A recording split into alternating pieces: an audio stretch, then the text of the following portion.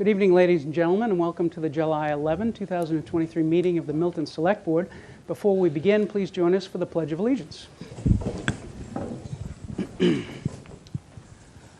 I pledge allegiance to the flag of the United States of America and to the republic for which it stands, one nation, under God, indivisible, with liberty and justice for all.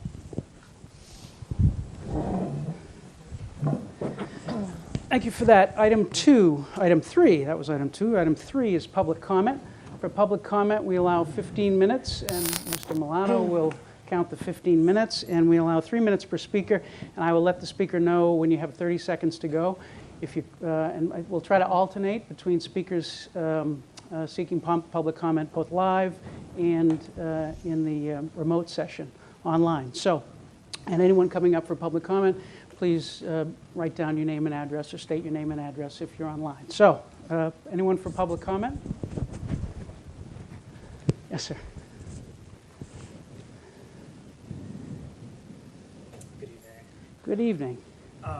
If you could just state your name and your address so everyone knows who you are. Sure. My name is Matt Morong. I live at 136 Elliott Street. And I just want to introduce myself in terms of professional background. I'm an architect. I specialize actually in the design of transit facilities and transportation facilities, and I work with transit agencies on a daily basis. And I also have a background in planning work. And I sent a letter a little over 2 weeks ago to the Select Board. Got one acknowledgement of receipt, and so I'm just here to make sure the message was received. And I'm also here to raise a new concern about the emergence of some citizen experts who are interested specifically in reclassifying the trolley here in Milton. I think that the claims being made are worthy of scrutiny for factual inaccuracy and some half-truths. Depictions of the Mattapan line don't seem to sound like the people making claims really ride it or haven't ridden it in a while. And I would also hope that this newfound interest in transportation goes toward improving the Mattapan line, but I don't see that happening in the respondents' actions. The MAPC report that gets cited in these concerns classifies Milton as a trolley suburb. And that's almost treated like a smoking gun of sorts. But something that gets left out of this is the fact that Newton is also classified as a trolley suburb. To my mind, I think Milton would do well to follow Newton's lead in terms of making progress towards zoning for MBTA communities. Planning is both an art and a science. It's what I love about it. It takes time and intention to get it right. And we should be asking if the actions of the planning board have enabled this to happen in what I think is a really critical issue for this town. I'm worried it hasn't. And I'm also worried that they don't have the will necessarily to do this based on their actions so far. So I'm urging the Select Board to pressure the Planning Board to take up their charge and come forward with a well-thought-out solution to the MBTA Communities Law. And regarding the issue on the agenda tonight for the change of classification of Milton, I urge a no vote due to the misinformation that this request is based on. Milton should ask for favors from the state when we have something to show in good faith for our efforts toward this issue. Thank you. Thank you, Matt. Mr. Milano, do we have anyone online for Citizen Speak? Not at this time, no. Anyone else for Citizen Speak or public comment? All right, we'll move on. And if there's no objection, I'd like to move item 14, which is the chair's report. I'd like to move that up to right now for a very important community announcement, if there's no objection. No objection. So Linda and David Murray have long been vital participants in our community life. And Linda and David, along with Ed Kahane from Elm Street, have asked me to read the following letter. It is on the letterhead of the Cassidy Murray Foundation. And the letter reads as follows. Dear Chairman Zulus and members of the Select Board, from the bottom of our hearts, thank you for your support and encouragement. This town and so many of your leaders and employees have gone above and beyond to our family. There are simply no words to describe how thankful we are to each and every one of them. Today marks 475 days since our beautiful daughter Cassidy passed away in Aruba. She was one of the brightest lights in our lives, and she leaves a void that can never be filled. Cassidy was a bright-eyed 13-year-old girl who loved life and loved people. Helping others is the mission that we now hold in her name. For the past year and a half, we have worked tirelessly to create awareness and make changes to the water safety rules in Aruba. At last, there are signs that the country is listening and will enact reforms in Cassidy's name. On the same day, we learned that news. Vegas Golden Knights coach Bruce Cassidy, whose daughter was our daughter's best friend in school, called and asked if he could bring the Stanley Cup to Milton to promote the foundation we're launching in Cassidy's name. It was June 25th. There began a frantic sequence of events. At each step, your team was by our side. From Chief King, Lieutenant Alba, and Lieutenant Caputo at the police department, to Chase Berkeley and Tom McCarthy at DPW, Superintendent Burrows, Principal McDavitt, Glenn Pavlicek at the schools, and so many others. There was an army of eager supporters willing to put their busy schedules on hold to honor our daughter's memory. It gives us strength and fills us with gratitude. We hope that you and the residents of Milton will join us on Thursday at 9 a.m. outside of Glover to welcome the Stanley Cup and to launch the Cassidy Murray Foundation. All are welcome. Thank you again for your most gracious and generous support. Sincerely, Linda and David Murray. So, this Thursday morning at 9 a.m., Coach Bruce Cassidy of the Vegas Golden Knights will bring the Stanley Cup to Milton. And just a word about the Cassidy Murray Foundation, which is the purpose of the Stanley Cup coming to Milton. The Cassidy Murray Foundation aims to help families who are plunged into grief following a tragic loss. Specifically, the foundation hopes to increase access to mental health resources, including trauma and grief therapy. It will also work to expand educational opportunities for young people. And with respect to the event on Thursday morning, let's see, let me get my note on that. With respect to the event on Thursday morning, the event will feature the public arrival of the Stanley Cup and Coach Cassidy, followed by a short 15-minute speaking program with remarks delivered by Cassidy Murray's father, Dave, her 18-year-old brother, Adam, and Coach Cassidy. At the conclusion of the speaking program, attendees will be welcome to take personal pictures with the Stanley Cup. And for audio purposes, music will be playing over the PA system during the photo line. So let's hope we can all do our best to support the Murray family and the Cassidy Murray Foundation, and come out and support their efforts on behalf of the town and in memory of their daughter, Cassidy. So that is the end of the chair's report. Item 4 is discussion approval, installation of a bench at the corner of Quarry Lane and Pleasant Street in memory of Catherine Todd. And I believe we have some people here to talk about that. And if you could just please introduce yourselves, and then the floor is yours. Sure. I'm Diane Spinelli from Quarry Lane. I'm Kate Daly from Quarry Lane. And I just want to thank you all for inviting us here tonight, Nick and Lynn, for making the arrangements. So we're hoping to be able to put a bench at the corner of Pleasant Street and Quarry Lane. I have pictures I can show you of that location if you have questions about that. Catherine was a dear friend and neighbor. She grew up here in Milton. She was raising her 3-year-old at the time, and she passed away quite unexpectedly last year. And we miss her terribly and would love to be able to put this bench in that location in her honor and her memory. It's our neighborhood bus stop. Her son will be starting kindergarten with our kids in the fall, and I think it would mean a lot to us and would mean a lot to her family and friends to be able to have a spot that, there's nothing like sitting next to Catherine and having a chat, and to be able to have a bench there that's also the spot where her son will get on and off the bus and meet his dad and his grandparents and his aunts and uncles and all of us who hold him so dear.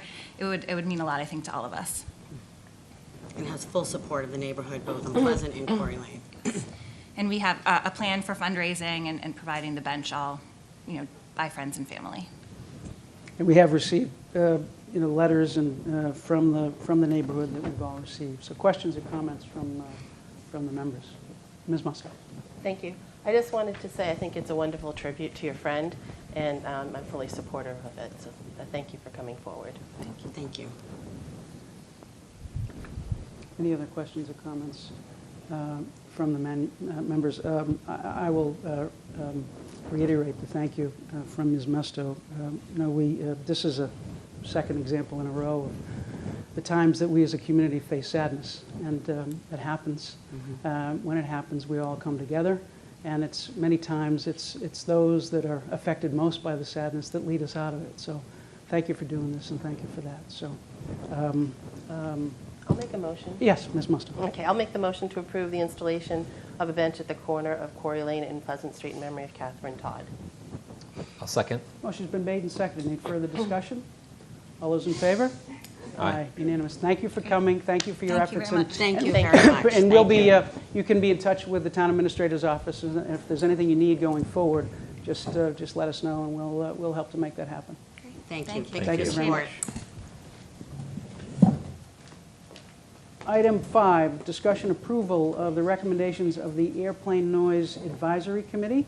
I believe we have a couple of members of the Airplane Noise Advisory Committee who are joining us tonight, perhaps one in person and one remotely. Is that right, Ms.? That's Visco? correct, Mr. Chair.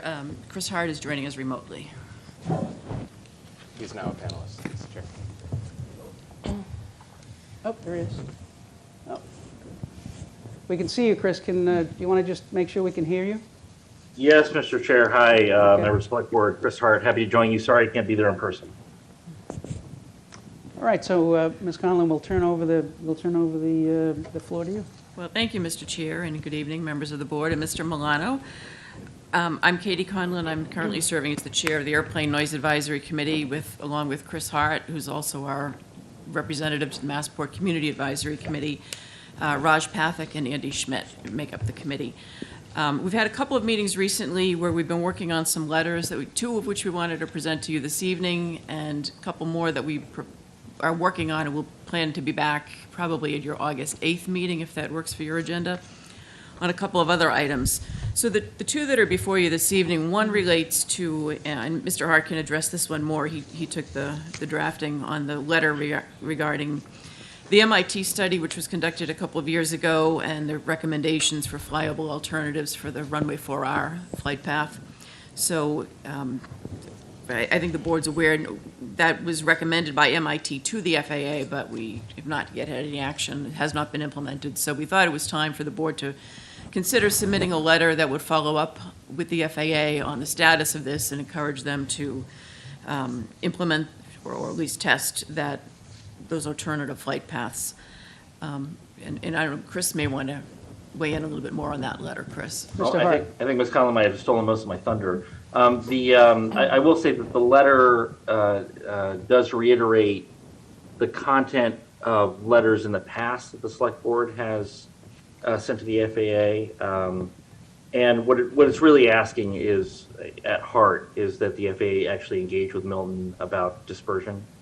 There's discussion there about some of the technical aspects of the MIT study and some of the technical reasons why the concentration of noise is occurring. But really, it's trying to take the FAA to task, such as we can, for not actually directly engaging with the town. So that's really the hope from this letter, is that they will.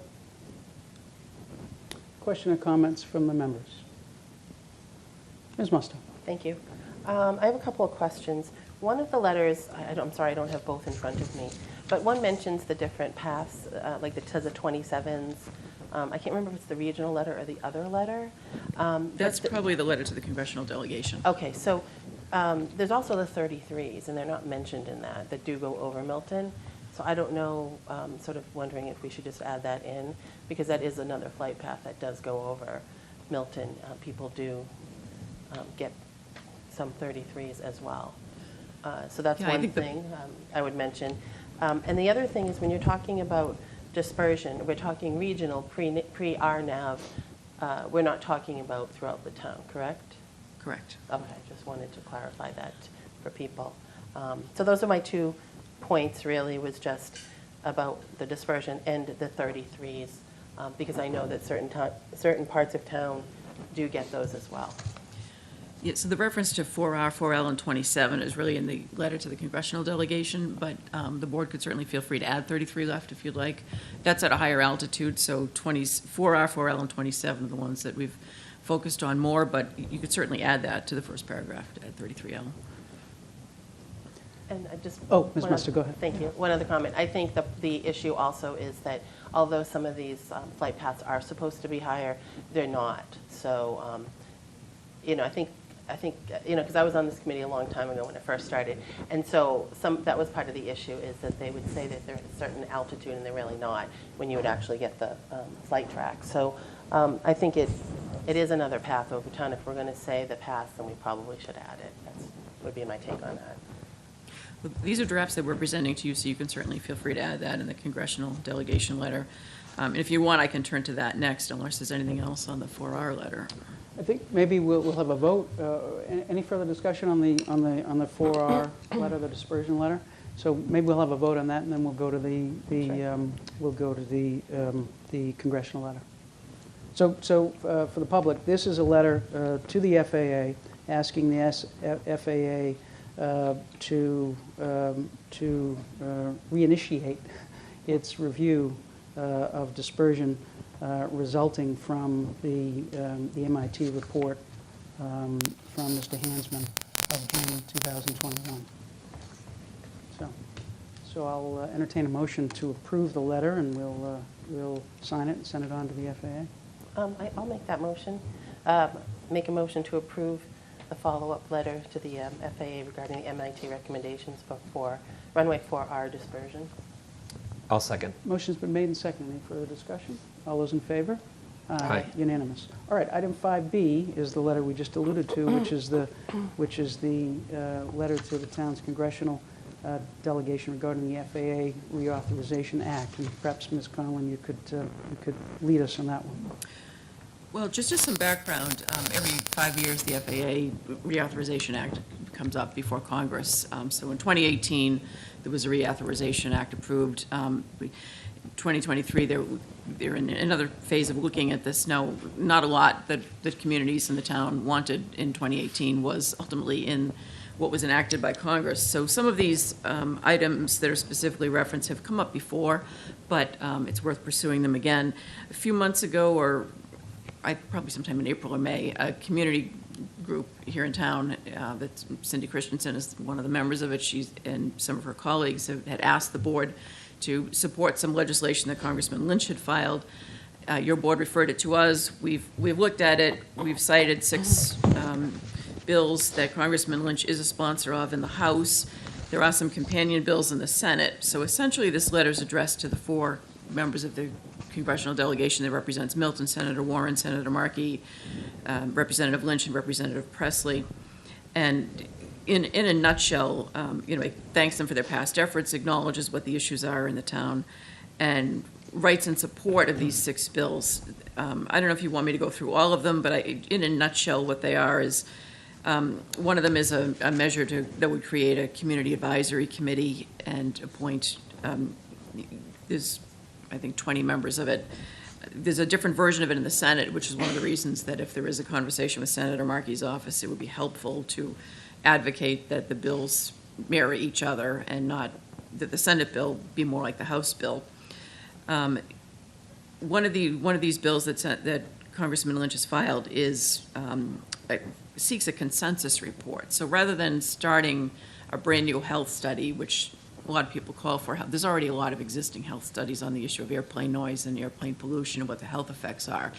And this is an idea that actually came to the board in 2016 by Dr. Christensen, who at the time was the CAC representative.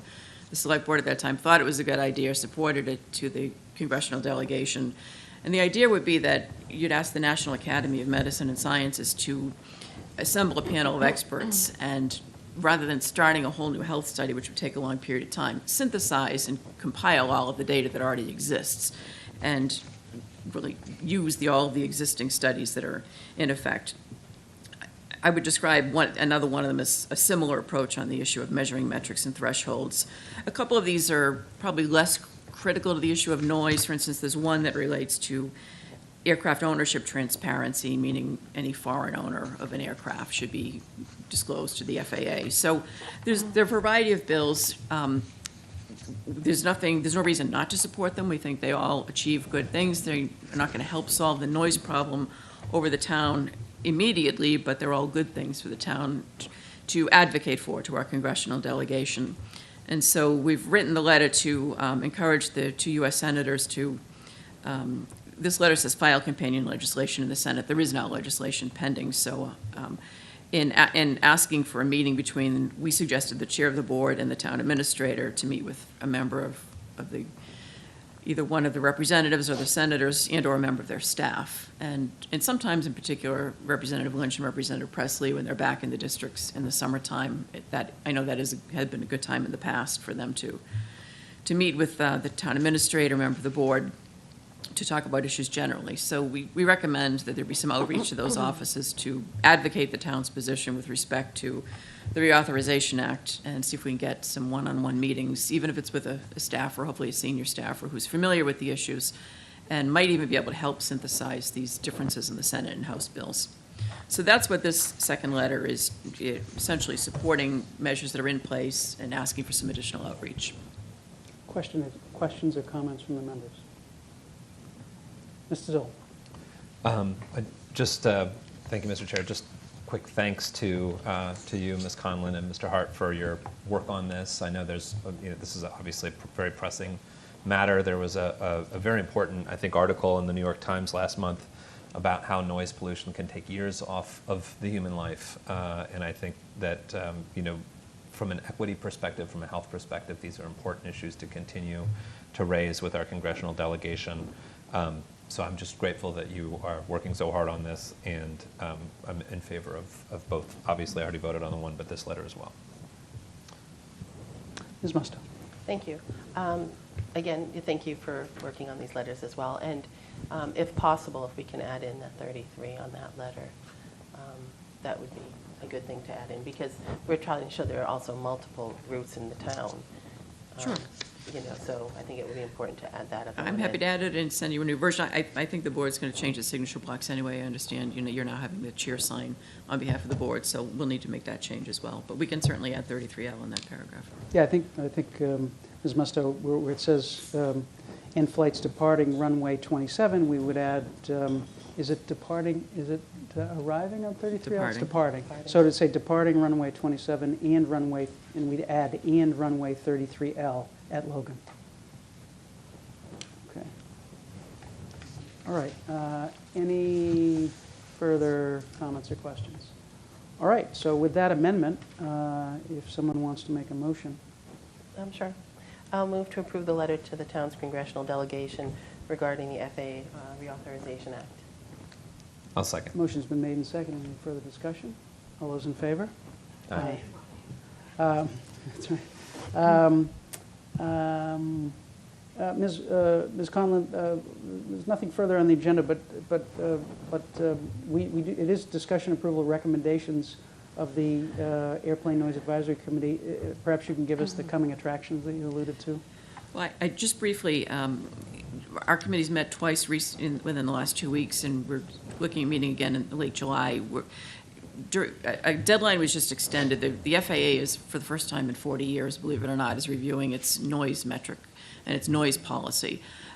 They've had one single metric that they apply to whether you're right at the airport or whether you're a community like us that's further away from the airport but affected by these changes over the past dozen years, known as NextGen. So this is a good opportunity for people all around the country to comment. And to date, there have been 1,200 comments filed on their website. A lot of organizations have asked for extensions, and they have now granted an extension until September 29th. So we have a working draft that we have sent it along to Karis North. We've actually gotten some comments from Boston Fair Skies, the group that I mentioned, headed by Cindy Christensen. We've had a productive meeting with her last night on the Reauthorization Act as well as on the noise policy. And there's also a second, more pressing, not a policy, but the U.S. Department of Transportation, the FAA, are looking at regulating this emerging trend of air taxis that may be coming down the road, and drones and cargo transport that would be very different than what airplane traffic is. So they've asked for comment from the public on this new national strategy they're looking at. They've identified 20 areas in the National Register. In the Federal Register, they've put forward 20 areas where they're looking for public comment. And it's a little more challenging because this is emerging technology and we don't know what all the issues could be and what it's going to be like. So we're working on a draft to give to you. That comment deadline is August 16th. So we're looking to get something for your August 8th meeting on what they call advanced air mobility, which is drones and air cargo and air taxis. And then for one of your probably late August or your September meeting on the noise policy. So in the meantime, if you or members of the public who are watching have any comments, especially thoughts on drones and things that are new to all of us, they raised a whole host of other issues like privacy that you don't deal with airplanes. So there's a whole new world of issues that could come up in that area. But if anyone has comments, they could email me or Chris Hart or another member of the committee or member of the board, and you could forward it along to us. We're happy to get any public input, and we'll be meeting July 31st and then probably again in August to continue working on these drafts. So those are the coming attractions of items that we'll be bringing to you for further action. Any comments or questions at this stage from members of the board? Thank you, Ms. Conlon. Thank you to the committee for all the work you're doing. Thank you, and thank you very much for your approval of those letters tonight. We appreciate it. Thank you. Have a good night. We'll get those out probably tomorrow. Okay, great. Thank you. All right, item 6 is discussion approval letter with respect to the Milton Rapid Transit designation. This resulted from the proposed meeting between the head of the planning board, Ms. Hall, and myself, which we had not had prior to putting this on the agenda in our last discussion. Two things have occurred since then. One is the planning director, Mr. Zawinski, reached out to the Department of Housing and Livable Communities, which used to be known as the Department of Housing and Community Development, and inquired about the basis for Milton's designation as a rapid transit community. And the Department of Housing and Livable Communities responded.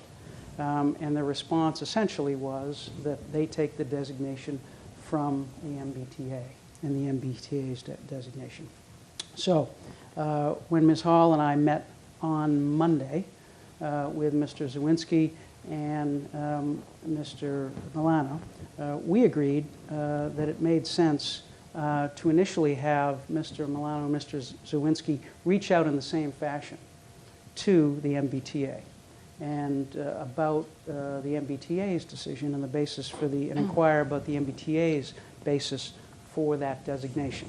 And then, if we receive a response to that, we may choose as a board to follow up and working with perhaps the planning board on that.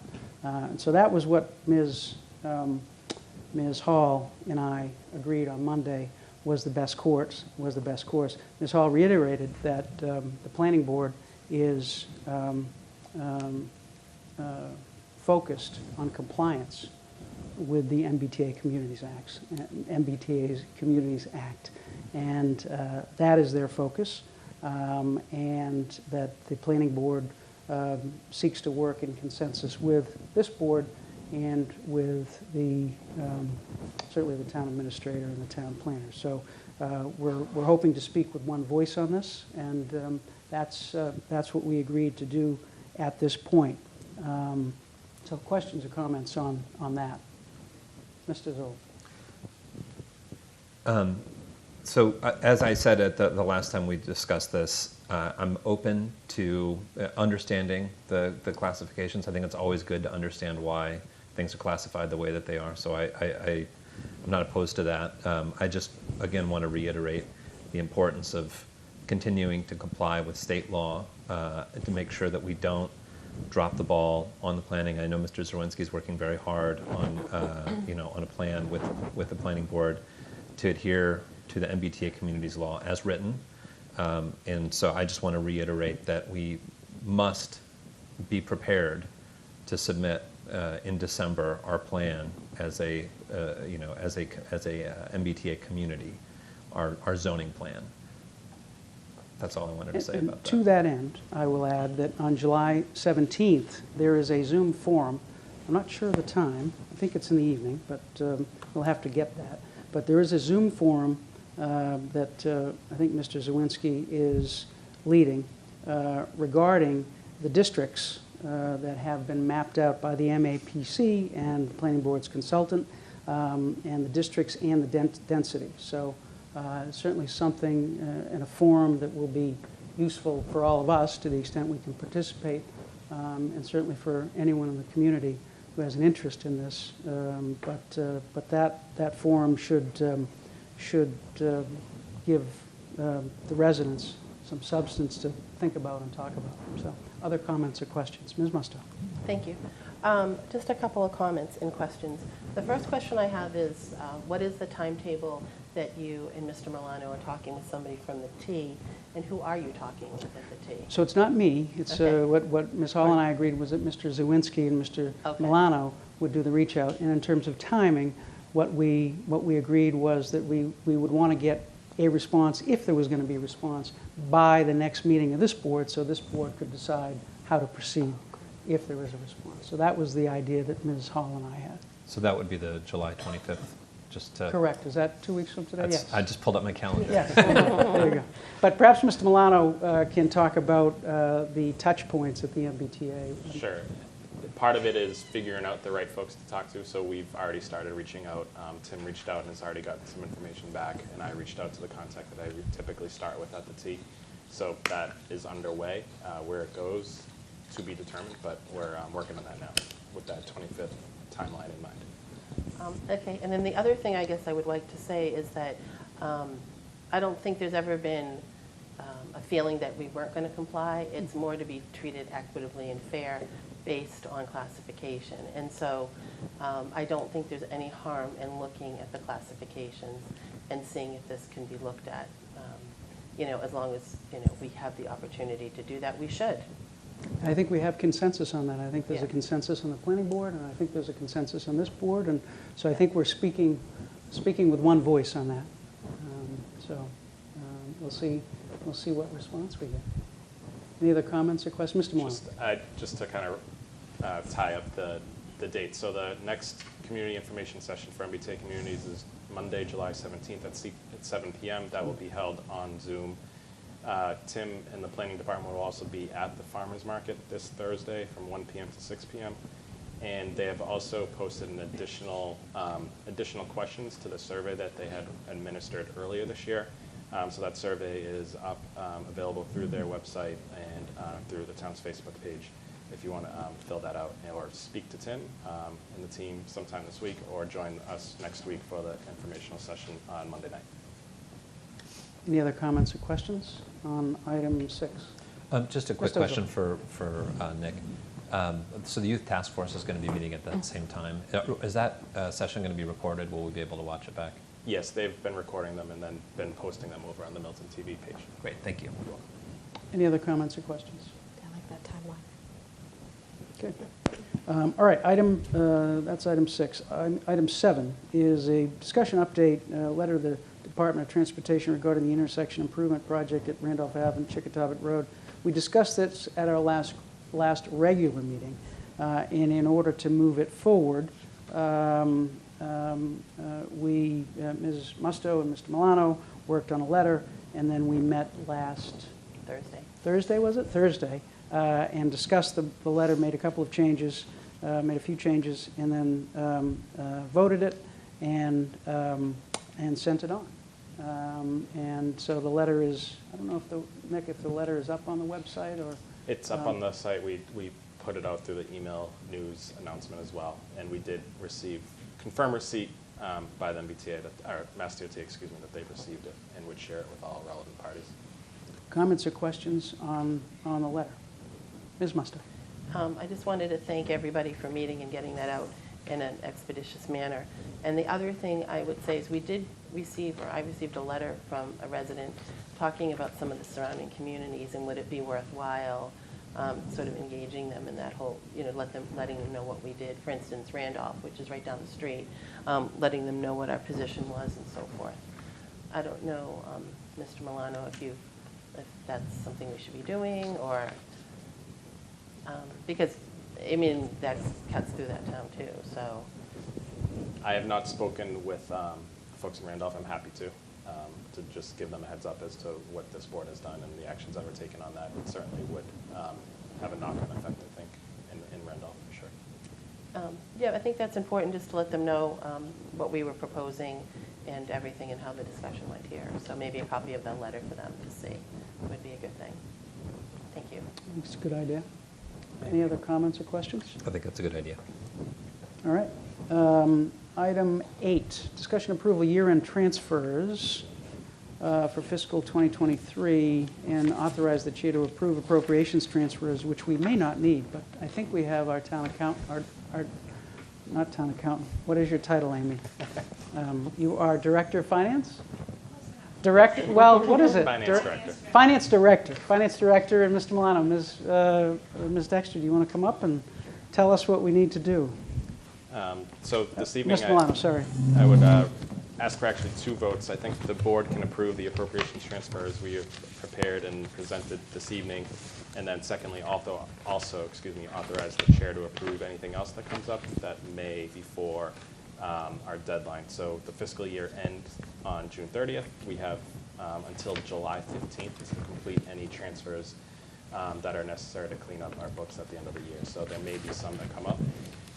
What's in front of you, I'll run through them at a high level. If you have questions, Amy should be able to respond to those. The first page is reserve fund transfers. These do not need select board approval, but they do need approval from the warrant committee, and they've authorized Chair Dave Humphreys to review and approve them.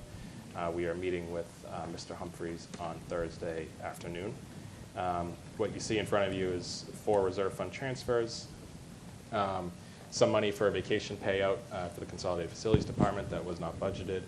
A transfer out of the reserve fund into employee benefits for Medicare tax match. So we pay 1.42%, I believe, on every earnings of all employees. That exceeded what was budgeted this year, so we're seeking reserve fund transfer for that. Unemployment claims. So unlike businesses that play into the state's unemployment trust fund, we are self-insured essentially for unemployment. So if there's a claim, we pay that claim out. In some cases, those claims are fraudulent, or in other cases, we protest the claims. But often, we will have to pay that money out first, and then it gets chased down, and it gets credited back to our account. This year was a higher year than anticipated on unemployment, and a lot of it was down to fraudulent claims and to claims that we protested. So if that money was paid out, we will get it back as a credit, but in the meantime, this account is in deficit, which is why we're seeking a reserve fund transfer for that. Lastly, Public Works, with the snow and ice deficit. Winter is winter. Everything gets more expensive, and luckily it was a pretty light winter for storms, but we did mobilize a number of times and used a good amount of ice, rock salt, and everything else. So that's the transfer for the reserve fund. Flipping to the next pages, these are the appropriations fund transfers that are in front of you for approval. Generally, they are taking monies from salaries and wages and moving them down to a departmental expense. If there are places where employees were vacant or positions were vacant, and departments are sometimes taking advantage of that to do some work they might not have done otherwise. Police department, in the town meeting, the way that the police department budget is approved, that we approve a line item for salary and wages, and we approve a separate line item for overtime, so that money technically can't be spent without a transfer, taking one from salaries to overtime. So that's that change there. In addition to that, they move some money out of salary and wages into the general expenses to pay for an additional cruiser this year. They just are running more expensive, so they're buying the same number they always buy, but everything got more expensive. Small transfers otherwise, happy to answer specific questions. Health department, there are 2 vacant positions in that department. We have brought on some consultants to help us with inspections, camps, restaurants. food safety. So we're using the money we would typically spend on staff to fund those services. We have hired an assistant health director, so one of those 2 positions is filled now, which is good and will help reduce that burden there. I think that's the gist. Lastly, Public Works, I just do want to bring your attention to on the last page. Our cost for servicing our vehicles, and DPW does service all the town's vehicles, is skyrocketing. That budget hadn't been adjusted in some number of years. For fiscal '24, we did increase it by $75,000, if you'll recall. But it is a place where costs went up during the pandemic, and they haven't come down. So that's a place where we're just seeing increased expenses, and we've adjusted to that for fiscal '24, but hadn't done so in the past few years. So that's the rationale for that increase there. If you have any questions, happy to take them. Questions or comments from the members? Mr. Zoll. Just a quick question on the vehicle maintenance. Are the costs that are skyrocketing, are those parts costs or labor costs that are? So we have staff on hand. That's our regular staff, so it's not staff costs. And this is on the expense side, so it's all parts. Okay. And if there's work that they can't do that goes outside, then that'll come there. Okay. That's it, just curious. So the reserve fund is a fund that we set aside every year for unanticipated expenses, unanticipated, unforeseen expenses. And we appropriated in June of 2022 $200,000, and then we appropriated another $388,670 in December because we were concerned about, was it heating costs? Correct. Yep. Okay. And have those come to the, have those hit as yet, Mr. Milano? So in some ways, yes, in some ways, no.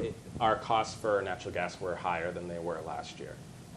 At the beginning of winter, we were looking at about a 50% increase in costs. Right. What happened over the course of the winter is that it was such a moderate winter that the prices for natural gas came down, and by the end of winter, we were paying what we were paying last year. So it was totally unexpected. For fiscal '24, we have executed we have found a new supplier. That's a price that we can rely on, but it's going to be at that $10 range where we were at the beginning of last winter. So that's the new normal going forward. Fiscal '23, what we were concerned about didn't come to fruition, so we were lucky. Otherwise, we would have needed to rely on that more heavily than we have. So we had, because of that appropriation in December, we had $588,670 in the reserve fund. We're talking about now appropriating for these unanticipated expenses that you articulated. We're talking about appropriating $295,280 tonight from the reserve fund, which will leave $293,390 in the reserve fund. And if we don't have any other unanticipated costs before July 15th, Correct. and we're on the 10th today, right? No, the 11th. 11th. Then it's fair to say that that $293,390 will fall to the free cash for next year? Correct. Okay. So we're looking for, other comments or questions? Ms. Musto. Thank you. I have a quick question for Amy. Just wondering if there are anything, I know there's only a few more days before it closes out, but are there anything that you can foresee on the horizon? Are you anticipating that there might be something out there, or it's sort of going to be something that just pops up? Like, do you have an idea that something may typically at this point? Sometimes things pop up like invoices that people didn't realize were outstanding, things like that, but nothing significant, nothing major. There are a couple purchase orders that are encumbered in these figures that there is a likelihood that we might not need as much as we've encumbered, but until we get those invoices, we're not 100% sure. So definitely some things could shake out over the next few days, but I'm not at this point anticipating anything significant. Okay. Thank you. And I still have to look at the enterprise funds, and we would have to do possibly some similar year-end transfers, because however it's voted in the warrant, if you go over, you have to cover that. So something we may want to look at for next year is, do we want to keep that level of detail, because at some point, it's really just housekeeping at the end of the year. But, yeah, so I don't anticipate anything significant. Other comments or thank you. questions? So we're looking for two votes. One is to approve the year-end appropriation transfers for the departments pursuant to MGL Chapter 44, Section 33B. And the second is to approve the reserve fund transfers that we discussed pursuant to General Law, Chapter 40, Section 6.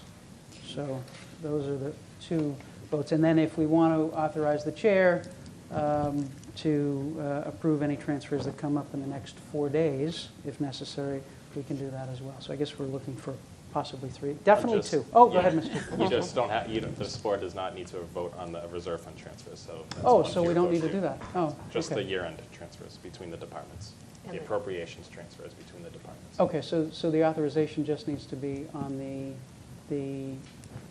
do we need an authorization for the year-end appropriation transfers? Correct, Okay. yes. Okay, so not the reserve fund transfer, all right. All right, Just wanted to so, provide all the information. yes, but- no, absolutely. So those are the three potential votes. So there you go. So one is, all right, so I'll tee it up again. So, sorry. Sorry. One is approving the FY '23 year-end appropriation transfers. Those are the transfers within the departments that are listed in the 4 pages, I'm sorry, the 3 pages here, and 3 pages here, and summarized at the end. So that's the first one. Correct. So I'll move that we approve the year-end transfers for fiscal year 2023. The year-end appropriation transfers. The year-end appropriation transfers for fiscal year 2023. I'll second. Motion's been made and seconded. Any further discussion? All those in favor? Aye. The next one is to approve the FY '23 reserve fund transfers. This is the $295,280 of unforeseen and unanticipated expenses. Oh, I'm sorry, we don't have to do it. Yeah. There we You go. may, There we but go. it doesn't No, there we go, there we go, there we go. Sorry. I'll move Sorry, we that don't need to we do it. authorize the chair to approve appropriations transfers for the close of fiscal year 2023. I'll second that. Motion's been made and seconded. Any further discussion? All those in favor? Aye.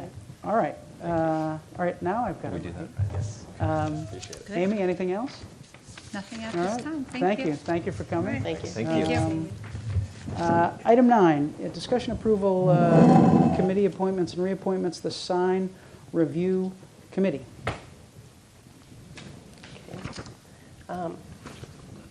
I'll make a motion, if we're ready for that. I think we're ready. Okay. Yeah, I'm I'll ready. move to reappoint the following individuals to the sign review committee for a 1-year term to expire on June 30th, 2024. John Zikowitz, Doug Schiebeck, Lawrence Johnson, and Tim Dwinsky. Second. Motion's been made and seconded. Any further discussion? All those in favor? Aye. Unanimous.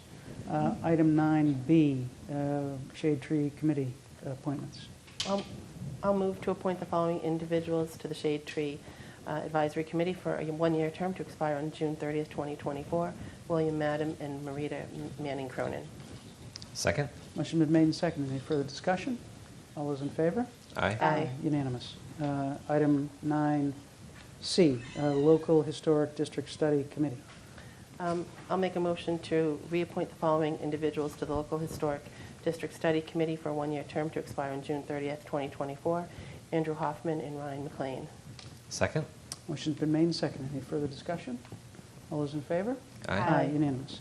Item 10, discussion of approval of the Town Administrator's Annual Performance Evaluation Summary. Mr. Chair? Ms. Musto. I have a question and or a comment I'd like to make about the committees. Should I make it at the very end? I'm happy to do it then at the end of our meeting. Like I'm. So this is under committee appointments, and does it fall under the committee appointment and reappointments? Yes. Then please proceed. Okay, thank you. So for people that don't know, we had a meeting on Thursday, and one of the things that we did is we did appoint somebody to the Youth Advisory Committee that was the choice of the coalition for their appointment. And I had brought it up to our board that these type of appointments, we're doing appointments for committee members, should be done at our regular meeting. The purpose of our last meeting on Thursday was to do the DOT letter. And we usually have these in-between kind of meetings if there's an emergency issue. And we had said that we were going to meet for the DOT letter. And then there was brought up by Mr. Zoll that we should do this appointment. And my concern is on process, because I understand that there are a lot of things going on with the youth in town, and this was an important appointment. However, I had brought up the fact that the meeting could have been scheduled already, and we could do the appointment in a regular meeting where the public knows that we typically do these appointments at our regular scheduled meetings. So it wouldn't have impacted anything that we couldn't have done it then. And I'm concerned that we're sort of making changes here and there when it wouldn't have affected anything. And I'm a little bit upset to find out that we did appoint somebody at that meeting when we should have done it, I feel, today because of process. And I understand they're not meeting till Monday. So clearly we could have done that appointment today, which would have been fine, allowed the person enough time to go and get sworn in and attend the meeting. So I just want to bring that up, that I don't feel that that's the proper process. I feel that, these committee appointments should be all done at an open meeting that people expect at 7 o'clock on a Tuesday. We have our meeting. And so that was my concern. So I did want to just voice that. Okay. Anything else? Mr. Zoll. I just want to respond briefly, because I think Ms. Musto and I disagree on this point. What we heard about from the chief of police, and the Cunningham Park and the Milton Coalition on June 27th was a call for action on the ongoing crisis that is these parties in the woods that continue to spiral, where knives are being shown, where sexual assaults are happening. When we posted that we were going to be having a meeting, which was publicly posted, so it wasn't a surprise to the town, Ms. Musto agreed, in fact, that it was a quick up and down vote. For the sake of scheduling, as I think everyone knows, it's the more advance notice you can give to folks, the better. So it seemed to me to be a not controversial, and in fact, responsive to the needs of the town, move to approve a coalition appointment to the Youth Task Force at that meeting. I work in a way that is transparent, that is open, and that is responsive to the town and its needs. I think calling into question whether or not we are doing things above board. Ms. Musto stated at that meeting that this was a slippery slope, and if we start doing things in this manner, it will set a precedent for other instances that we'll do it. And then I'm directly quoting here, we're setting ourselves up in a not good light. I take strong exception to those words. I think that there are plenty of precedents in the past where the Select Board has appointed people to committees. I've been led to understand that from multiple individuals. And I think that it's not helpful to this board to continue to suggest that we're operating in a way that is somehow not following precedent and that is somehow concealing things from the town, where we provided this as an agenda item in a publicly posted forum. We had the meeting on Zoom. I think that bringing it up again only seeks to undermine the credibility of this board.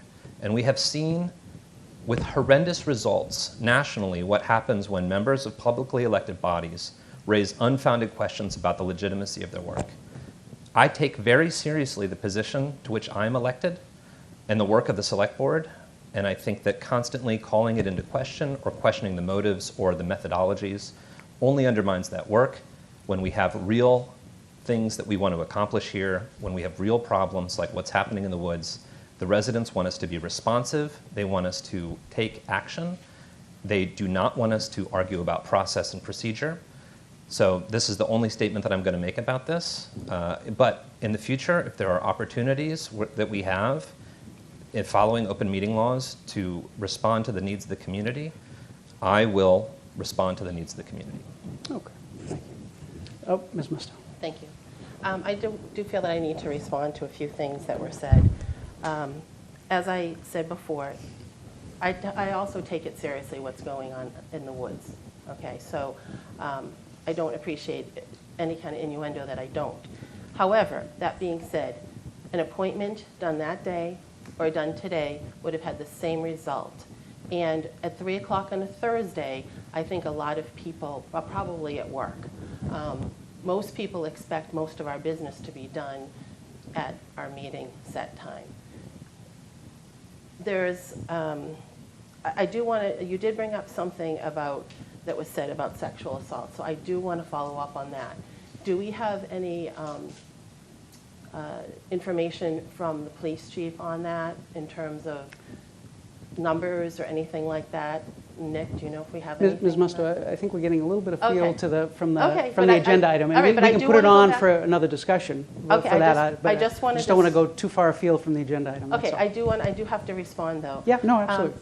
I think that innuendo that there's anything more than talking about doing a proper process, that there's some kind of another agenda from me. I do resent somebody saying that, because that is not true. Anybody who knows the way I work knows that I am above board, and I try to bring up things so that they're done in a proper manner. And although we might disagree on that, I think that's okay if we disagree on it, but to question that, I find offensive. Thank you. All right. Anything else? Certainly not unprecedented for the board to take actions like this in meetings, between meetings. So, item 10, discussion approval town administrators annual performance evaluation summary. Mr. Chair, if I can. Ms. Bradley. Thanks so much. Sorry, my voice is a little, I'm fighting something. I waited per our last meeting to receive any additional evaluations. I have not received any. The summary, therefore, is exactly the same as it was that I reported on 2 weeks ago. You will receive it after this meeting because I didn't receive any additional ones. And at this point, I'm getting ready to go on vacation next week. So I feel like that's 2 weeks was enough time, Mr. Chair, if that's okay, to wait for additional ones. Well, it's up to the board. So let's see, comments or questions from the members? I think it's plenty of time, and congratulations on going on vacation. Okay, so I'll send that either later tonight or tomorrow by the end of the day. I have a couple things to do tomorrow.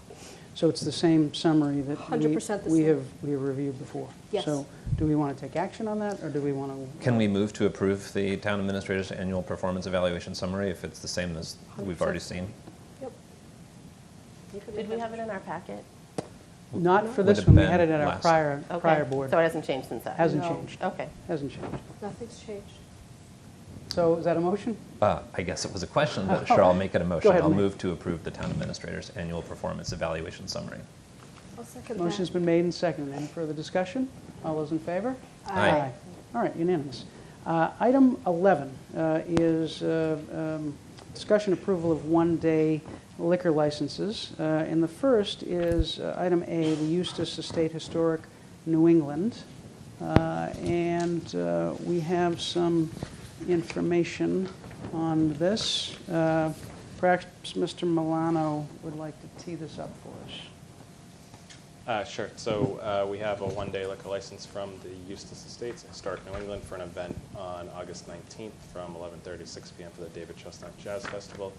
For the board members, we did receive a question from a resident regarding that special permit and whether the event is allowed under the special permit. I did ask that the building commissioner take a look at the building, at the special permit, as well as details about the event. He reported back to me, I did share with the board, that after reviewing the special permit, looking at the event link, I don't see anything that would prevent the event from happening. The event is within the special permit based on the board's decision. And so I'll turn to the board at that time. And just to, Mr. sorry, Zoll. did you have your hand up?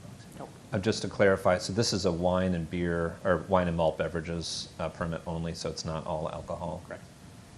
Right. And so I will add, we were referred to the special permit, and the special permit lays out, this is from the a special permit from the Board of Appeals from 2015, and it lays out the conditions for use of the property. And there are 4 conditions for use of the property under the board's decision. But,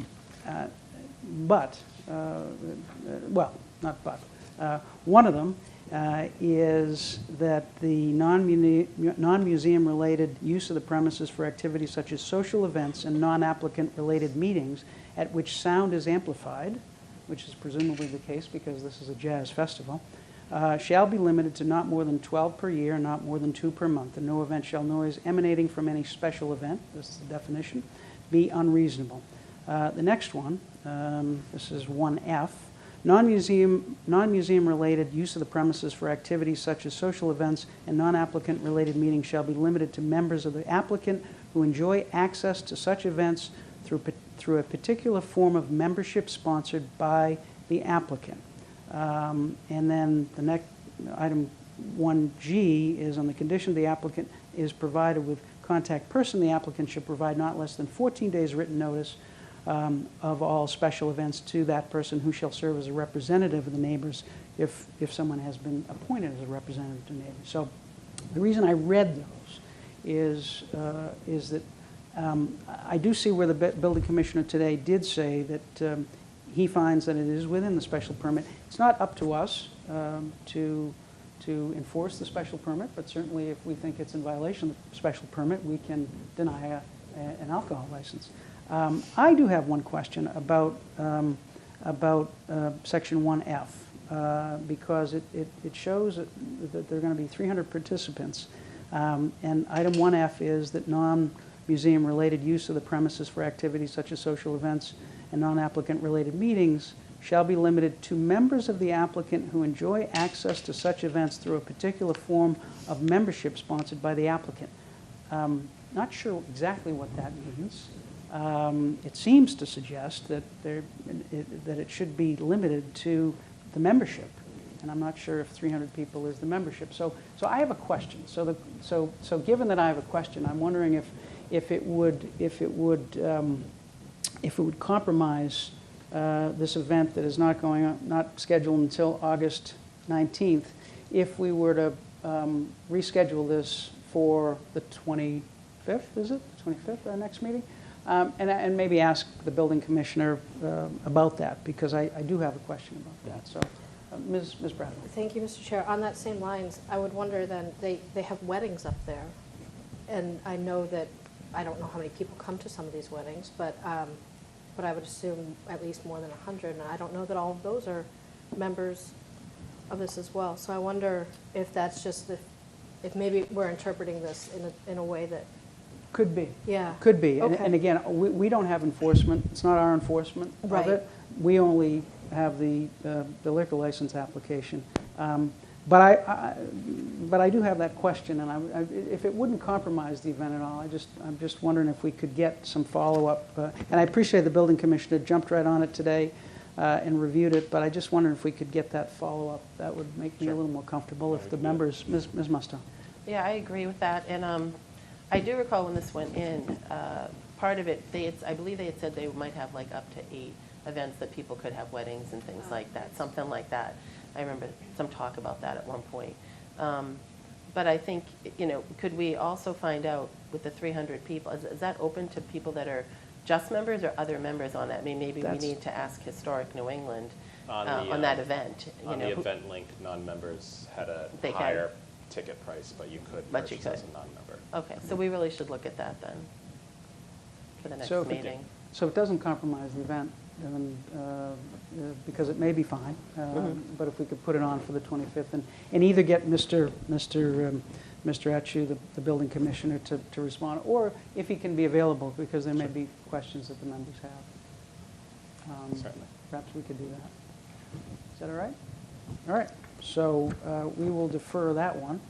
And then the next one is the Forbes House Museum, which is item 11B. I'll make a motion on that one, if we're ready. I think we're ready. All right, I'll move to approve the one-day liquor license for the Forbes House Museum on August 20th, 2023 for a one-act play, Lady Windermere's Fan. I'll second. Motion's been made and seconded. Any further discussion? All those in favor? Aye. Item 12, discussion approval meeting minutes, June 23, 2023. I'll move to approve the meeting minutes dated June 23, 2023. I'll second. Motion been made and seconded. Any further discussion? All those in favor? Aye. Item 13 is the town administrator's report. Mr. Milano.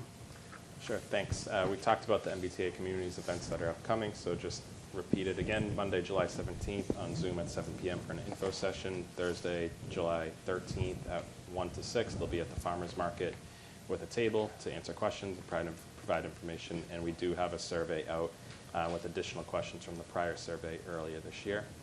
In keeping with the survey trend, we have 2 more to announce. The Open Space and Rec Plan survey is out. You can access that from their website, miltonosrp.com, Milton OSRP for the Open Space and Recreation Plan. This is about understanding the needs of recreational facilities in town, what's used, what's not used, and what folks are looking for. So please take a few minutes to fill that out. And the community health survey is also active from the health department. So this is a brief 5-minute survey about Milton residents' health and well-being. Also available on our website to take some time to fill that out. It'll be very helpful for us moving forward.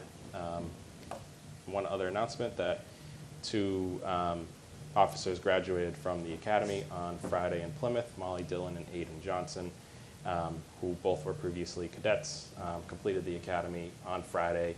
They started this week in field training. That'll run 5 or 6 weeks, and then they'll be working full-time as regular officers. So we welcome them to the police department and wish them best of luck. And hopefully we'll keep filling in some of those vacancies, as that department is low on staffing. So those 2 are much needed and much appreciated. That's great. Ms. Musto. Hi, I have a quick question for Mr. Sure. Milano. I was looking for that other link on the website for the noise, the train stuff with Reedville. I did not see that on there, for complaints. Okay. Let me I take a didn't look see at it on that our and website. Put that up.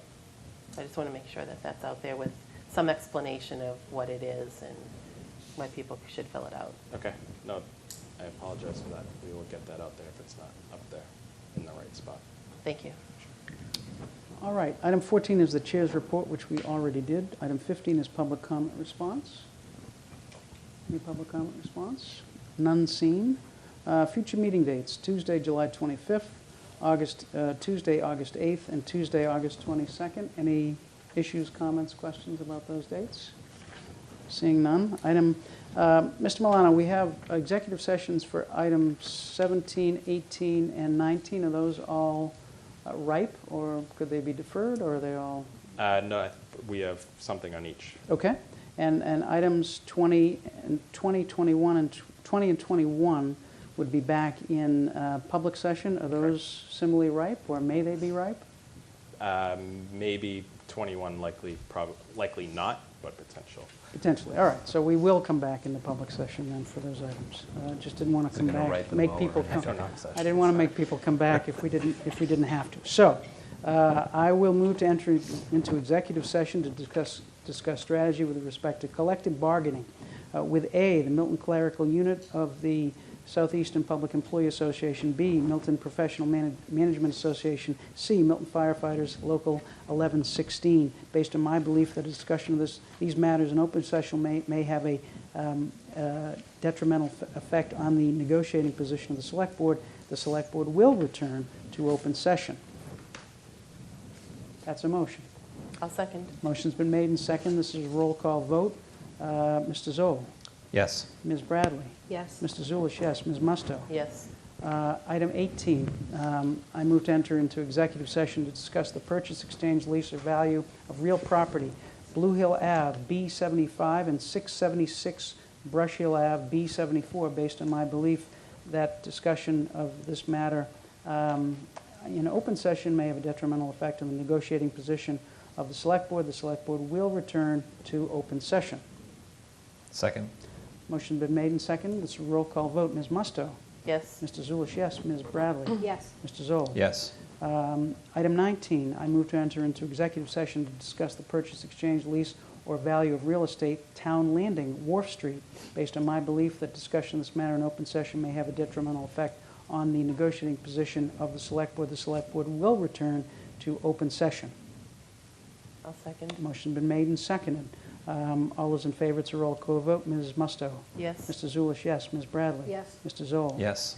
So we will go to executive session. We will discuss these three matters, and we will return to public session for items 20 and 21.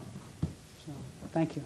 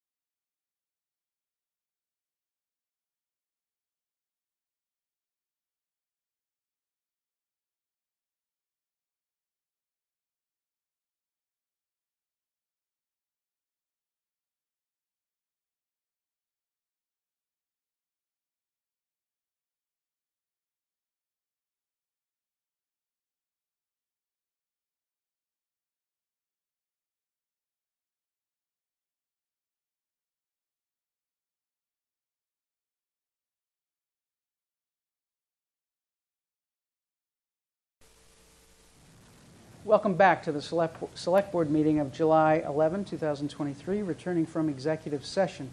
Item 20 is discussion approval of the memorandum of agreement with the Milton Clerical Unit of the Southeastern Public Employees Association for July 1, 2022 through June 30, 2025. And Mr. Milano, do you want to just tee this up for the board? Sure. This is an MOA renewing a collective bargaining agreement between the town and the clerical union, who represents most of the administrative staff in town departments. It is a 3-year deal, retroactive back to July 1 of 2022, broadly at cost of living adjustments of 2% a year, with some adjustments on additional steps throughout that contract. 2 other years, we did make some changes to the step structure of the employees in this unit. In addition to that, the town received some concessions related to drug and alcohol testing, and we have made an adjustment to how these employees accrue vacation time.